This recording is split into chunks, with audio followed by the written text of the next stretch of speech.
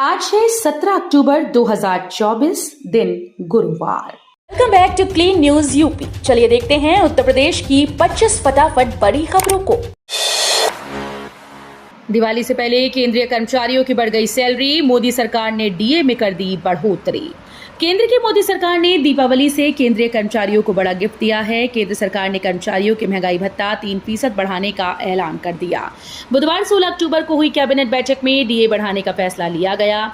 DA में हुई 3% बढ़ोतरी के बाद महंगाई भत्ता 50% से बढ़कर 53% हो गया है। करीब 52 लाख केंद्रीय कर्मचारियों और 60 लाख पेंशनर्स को इसका फायदा होगा।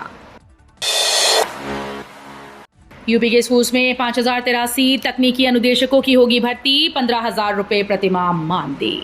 प्रदेश भर के सरकारी अपर प्राइमरी स्तर के स्कूल में 5083 तकनीकी अनुदेशकों की भर्ती होगी। आउटसोर्सिंग के माध्यम से इन्हें 1 वर्ष के लिए नियुक्त किया जाएगा।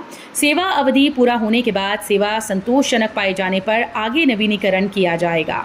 जिले स्तर पर इसकी नियुक्ति की जाएगी और इन्हें करीब 15,000 रुपए प्रतिमाह मानदेय दिया जाएगा।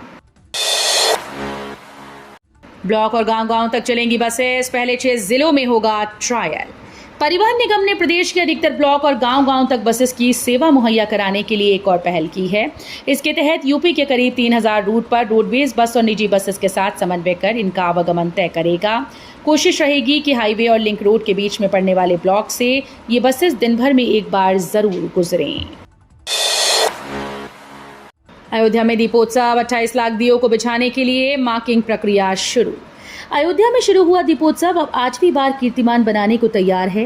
प्रशासन ने कमर कस ली है और काउंटडाउन भी शुरू हो गया है। अब बस इंतजार है 30 अक्टूबर को होने वाले मुख्य आयोजन का। डॉक्टर राम मनोहर लोहिया अवध विश्वविद्यालय की तरफ से दीपोत्सव को ऐतिहासिक बनाने के लिए 2 दर्जन से अधिक कर्मियों के साथ राम की पैड़ी के घाटों पर मार्किंग का कार्य शुरू कर दिया गया। उन्होंने माइक्रोबायोलॉजी विभाग के associate professor doctor Ranjan Singh व कर्मियों के साथ दीपोत्सव के दिन 25 लाख दिए प्रज्वलित किए जाने को लेकर 28 लाख दिए सजाने के लिए घाटों पर मार्किंग का कार्य कराया। प्रयागराज एयरपोर्ट से शुरू होगी कार्गो विमान सेवा। कोई भी सामान अब देश के अलग अलग शहरों से चंद घंटों में प्रयागराज पहुंचेगा और यहां से भेजा जा सकेगा। प्रयागराज एयरपोर्ट से कार्गो विमान सेवा शुरू करने की तैयारी हो रही है। एयरपोर्ट प्रशासन ने गोदाम बनाने के लिए सेना से 11.2 एकड़ जमीन मांगी। कार्गो गोदाम बनाने के लिए मुख्य राजस्व अधिकारी कुंवर पंकज ने जिलाधिकारी की ओर से रक्षा संपदा अधिकारी को पत्र भेजा है। यूपी में छात्रों के लिए फेशियल अटेंडेंस लागू, स्कॉलरशिप के लिए पूरी करनी होगी ये अनिवार्य शर्त। उत्तर प्रदेश की योगी आदित्यनाथ सरकार ने विद्यार्थियों को मिलने वाली छात्रवृत्ति और शुल्क प्रतिपूर्ति में पारदर्शिता लाने के लिए बड़ा कदम उठाया। सरकारी आदेश के मुताबिक अब से ग्रुप 1 कोर्स की पढ़ाई करने वाले पिछड़ा वर्ग के छात्रों को स्कॉलरशिप हासिल करने के लिए न्यूनतम 75% उपस्थिति दर्ज करनी होगी और ये उपस्थिति फेशियल अटेंडेंस के रूप में दर्ज करनी होगी, जिसे ऐप के जरिए पूरा किया जाएगा। वाराणसी में बनेगा देश का सबसे चौड़ा रेल रोड पुल, पीएम मोदी की काशी को कैबिनेट की बड़ी सौगात। प्रधानमंत्री नरेंद्र मोदी के संसदीय क्षेत्र वाराणसी में गंगा पर देश का सबसे चौड़ा रेल और रोड पुल बनाया जाएगा। केंद्रीय कैबिनेट ने बुधवार को इसकी मंजूरी दी। गंगा पर 137 साल पुराने मालवीय पुल के ठीक बगल में बनने वाले इस पुल पर ऊपर 6 लेन की सड़क और नीचे 4 लाइन का रेल ट्रैक होगा। पीएम मोदी इसी रविवार वाराणसी को अरबों की सौगात देने आ रहे हैं। माना जा रहा है कि इस दौरान पुल का शिलान्यास भी हो सकता है। निवेशकों की सहूलियतों में इजाफा करेगी योगी सरकार। यूपी में आने वाले निवेशकों के चलते योगी सरकार उनकी सहूलियतों में और इजाफा करने की तैयारी कर रही है। प्रदेश में औद्योगिक प्राधिकरणों में प्रॉपर्टी मैनेजमेंट इंफॉर्मेशन सिस्टम को लागू करने और उसके जरिए निवेशकों से चरणबद्ध संवाद की प्रक्रिया को आगे बढ़ाने की योजना पर काम शुरू हो गया है। आधिकारिक सूत्रों ने बुधवार को बताया कि सरकार निवेशकों की सहूलियतों में इजाफा करने की दिशा में व्यापक कदम उठा रही है। ग्रेटर नोएडा के लोगों को मिलेगी ये बड़ी सौगात, 10 रूट्स पर आसान होगा सफर। उत्तर प्रदेश में ग्रेटर नोएडा वालों के लिए अच्छी खबर है। अब शहर के लोगों को ई बस सेवा की सुविधा मिलने वाली है। ग्रेटर नोएडा में जल्द ही 150 ई बसेस का संचालन किया जाएगा। शहर की सार्वजनिक परिवहन सेवा को मजबूत करने के लिए ग्रेटर नोएडा प्राधिकरण जल्द ही 10 रूट पर 150 ई बसेस का संचालन कराएगा। इसके लिए रिक्वेस्ट फॉर प्रपोजल तैयार हो गया है। 5 लाख करोड़ का order book. Multinational construction company को आगरा मेट्रो से मिला बड़ा order. Infrastructure and construction sector की दिग्गज कंपनी लार्सन एंड टूब्रो ने शेयर बाजार को भेजी सूचना में आगरा मेट्रो रेल से बड़ा ऑर्डर मिलने की जानकारी दी। बीएसई की वेबसाइट पर उपलब्ध जानकारी के मुताबिक एलटीके हैवी सिविल इंफ्रास्ट्रक्चर वर्टिकल को Uttar Pradesh metro rail corporation limited से ये वर्क ऑर्डर मिला है। फिलहाल शेयर पर मामूली दबाव है और ये लाल निशान में 3,545 रुपए की रेंज में कारोबार कर रहा है। बढ़ते प्रदूषण के खिलाफ ग्रेटर नोएडा प्राधिकरण का एक्शन। ग्रेटर नोएडा में बढ़ते वायु प्रदूषण के स्तर को नियंत्रित करने में लापरवाही बरतने पर ग्रेटर नोएडा विकास प्राधिकरण ने एक कड़ा कदम उठाते हुए सभी 8 वर्ग सर्कल के प्रभारियों का वेतन रोक दिया। अधिकारियों को चेतावनी दी गई कि यदि कार्यशैली में सुधार नहीं हुआ तो आगे और भी कड़ी कार्रवाई की जाएगी। 150 एकड़ में नई आवासीय टाउनशिप विकसित करेगा गीडा, जल्द शुरू होगा पंजीकरण। उत्तर प्रदेश के गोरखपुर वासियों व आसपास के जिले के लोगों के लिए खुशखबरी है। गोरखपुर के कालेसर में आवासीय योजना की घोषणा के बाद गोरखपुर औद्योगिक विकास प्राधिकरण की ओर से लगभग 150 एकड़ क्षेत्रफल में नई आवासीय योजना विकसित करने की योजना बनाई गई। इसका लेआउट 25 अक्टूबर को होने वाली गीडा बोर्ड की बैठक में अनुमोदन के लिए रखा जाएगा। इसमें श्रमिकों के लिए फ्लैट भी बनाए जाएंगे और बड़ी संख्या में आवासीय भूखंड भी उपलब्ध रहेंगी। चुनावी तैयारियों में अग्रिम मोर्चे पर भाजपा, प्रत्याशियों के नाम तय, ऐलान बाकी।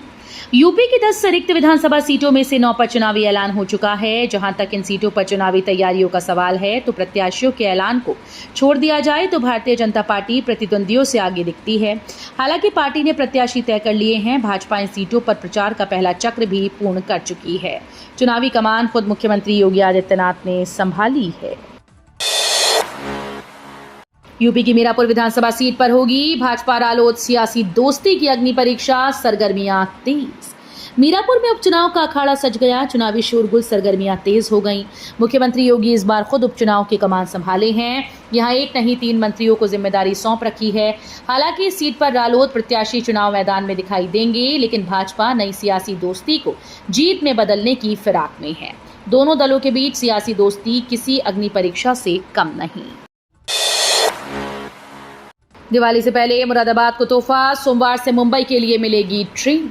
दिवाली से पहले मुरादाबाद को मुंबई के लिए सीधी ट्रेन की सौगात मिल गई। पिछले 4 दशकों से यहां के निर्यातकों और उद्योगपतियों के द्वारा इसकी मांग की जा रही थी। इस 21 अक्टूबर से लाल कुएं से बांद्रा टर्मिनल के लिए पहली ट्रेन रवाना होगी। रेलवे ने सुपरफास्ट ट्रेन का टाइम टेबल जारी कर दिया है। ट्रेन करीब 12 घंटे का समय लेगी। ट्रेन चलने से मुरादाबाद के अलावा रामपुर, अमरोहा, हापुड़ के रेल यात्रियों को फायदा होगा। बिजली विभाग की नई पहल, अब उपभोक्ता भी बताएंगे कहां है बिजली व्यवस्था में खामी। बिजली निगम के अनुरक्षण माह में उपभोक्ताओं की भी सहभागिता रहेगी। उपभोक्ता खुद बताएंगे कि उनके क्षेत्र में बिजली आपूर्ति व्यवस्था में क्या खामियां हैं। इससे गली मोहल्लों में आए दिन होने वाली समस्याओं की जानकारी मिलेगी और इसे ठीक करने में बिजली निगम को मदद मिलेगी। अभी लाइनमैन और अवर अभियंताओं की ओर से मिली जानकारी के आधार पर कार्य कराया जाता है। जिन मोहल्ले में उपभोक्ता ज्यादा सक्रिय होते हैं वहां तो व्यवस्था दुरुस्त हो जाती है, लेकिन जिन जगहों पर लोग अपनी बात नहीं रखते वहां दिक्कत होती है। रामगोपाल पर गोली चलाने वाले की तस्वीर आई सामने। यूपी के बहराइच में हुई हिंसा में मारे गए रामगोपाल मिश्रा पर गोली चलाने वाले की तस्वीर सामने आई। गोली चलाने वाले शख्स के हाथ में एक गन दिख रही है। तस्वीर वीडियो से निकाली गई है जो सोशल मीडिया पर वायरल हो रही है। कहा जा रहा है कि ये शख्स भी आरोपी अब्दुल हमीद के घर मौजूद था। हालांकि पुलिस की तरफ से अभी कोई आधिकारिक बयान नहीं आया है। किसानों को बड़ा तोहफा, गेहूं समेत 6 रबी फसलों की एमएसपी में बढ़ोतरी। दीपावली से पहले केंद्र सरकार ने किसानों को बड़ा तोहफा दिया। सरकार ने 2025-26 के लिए 6 रबी फसलों के लिए नई एमएसपी जारी की। गेहूं के न्यूनतम समर्थन मूल्य में 150 रुपये प्रति क्विंटल की वृद्धि की गई। अब गेहूं पर एमएसपी 2425 रुपये प्रति क्विंटल हो गई। आधिकारिक बयान में कहा गया कि प्रधानमंत्री नरेंद्र मोदी की अध्यक्षता में आर्थिक मामलों की केंद्रीय मंत्रिमंडल समिति ने विपणन सत्र 2024-25 के लिए सभी अनिवार्य रबी फसलों के लिए न्यूनतम समर्थन मूल्य में वृद्धि को मंजूरी दी है। ऐसा होगा गंगा में बनने वाला देश का पहला सिग्नेचर ब्रिज। रेल मंत्री ने साझा किया ब्लूप्रिंट। काशी और चंदौली के पीडीडी नगर को जोड़ने वाले गंगा में प्रस्तावित सिग्नेचर ब्रिज का डीपीआर फाइनल कर लिया गया। रेल मंत्री अश्विनी वैष्णव ने अपनी प्रेस वार्ता में इसका जिक्र किया है। 4 लेन का रेलवे ट्रैक और 6 लेन की ऊपर सड़क का ब्लूप्रिंट भी साझा किया। 30 साल में ही कमजोर हो रही रीढ़ की हड्डियां। बीएचयू समेत अस्पतालों में रोज पहुंच रहे 100 युवा। रीढ़ की हड्डी में दर्द और कमजोरी बढ़ती उम्र की बीमारी माना जाता है, लेकिन अब इसकी जद में युवा भी आ रहे हैं। बीएचयू से लेकर अन्य सरकारी अस्पतालों में इस बीमारी से परेशान 100 युवा पहुंच रहे हैं। जांच इलाज के साथ ही डॉक्टर योग व्यायाम सही से बैठकर काम करने की सलाह दे रहे हैं। हर साल 16 अक्टूबर को विश्व स्पाइन दिवस मनाया जाता है। समितियों के लिए 2520 टन डीएपी, 693 एनपीके मिली। सहकारी समितियों पर होगा वितरण। उत्तर प्रदेश के आगरा में डीएपी किल्लत से किसानों को राहत मिलने के आसार हैं। सहकारी समितियों से वितरण के लिए 2520 मीट्रिक टन डीएपी आगरा पहुंच गई। 693 टन एनपीके खाद भी मिली, जिसका वितरण बुधवार से शुरू हुआ। डीएम अरविंद मल्लप्पा बंगारी ने यमुना ब्रिज रेलवे माल गोदाम पहुंचकर रैक की अनलोडिंग का निरीक्षण किया। हाईवे भी होंगे स्मार्ट। 35,000 करोड़ खर्च कर एनएचएआई करने जा रहा बड़ा काम। बाधा रहित टोलिंग और स्मार्ट हाईवे के लिए आवश्यक बुनियादी ढांचा तैयार करने हेतु भारतीय राष्ट्रीय राजमार्ग प्राधिकरण देश के प्रमुख राजमार्गों के साथ अपना ऑप्टिकल फाइबर केबल नेटवर्क बिछाने की योजना बना रहा है। ये नेटवर्क सार्वजनिक निजी भागीदारी मॉडल के तहत स्थापित किया जाएगा। सभी नेशनल हाईवे के साथ साथ ऑप्टिकल फाइबर नेटवर्क बिछाने में कितना खर्च आएगा, इसकी कोई आधिकारिक जानकारी अभी तक सामने नहीं आई, लेकिन एक अनुमान के अनुसार एनएचएआई को इस पर कम से कम 35,000 करोड़ रुपए खर्च करने होंगे। खेल प्रेमियों को दिवाली गिफ्ट। प्रधानमंत्री नरेंद्र मोदी अपने संसदीय क्षेत्र में पूर्वांचल के खेल प्रेमियों को दीपावली से पहले बड़ी सौगात देने जा रहे हैं। 20 अक्टूबर को उनके वाराणसी के दौरे में सिगरा स्थित डॉक्टर संपूर्णानंद स्टेडियम में national centre of excellence stadium के फेज 2 व 3 का उद्घाटन प्रस्तावित है। वीआईपी सुरक्षा में अब तैनात नहीं होंगे एनएसजी कमांडो। केंद्र सरकार ने नेशनल सिक्योरिटी गार्ड को वीआईपी सिक्योरिटी ड्यूटी से हटाने का फैसला लिया है। हाई सिक्योरिटी वाले 9 लोगों की सुरक्षा अगले महीने तक सीआरपीएफ को सौंपने का आदेश दिया गया। आधिकारिक सूत्रों ने बुधवार को ये जानकारी दी है। एससीओ समिट में जयशंकर ने पाकिस्तान और चीन को घेरा। पाकिस्तान के इस्लामाबाद में एससीओ समिट चल रही है। मीटिंग में भारतीय विदेश मंत्री एस जयशंकर ने नाम लिए बगैर पाकिस्तान और चीन को आड़े हाथों लिया है। उन्होंने कहा कि आतंकवाद, अलगाववाद और कट्टरवाद से बचना होगा। बेहतर रिश्ते के लिए भरोसा जरूरी है। एक तरफा एजेंडे से बेहतर रिश्ते नहीं बन सकते। सहयोग का आधार एक दूसरे का सम्मान हो और सबकी संप्रभुता का सम्मान हो। तो ये थी आज की 25 फटाफट बड़ी खबरें। अगर आपको न्यूज पसंद आई हो तो वीडियो को लाइक और शेयर जरूर करें। धन्यवाद।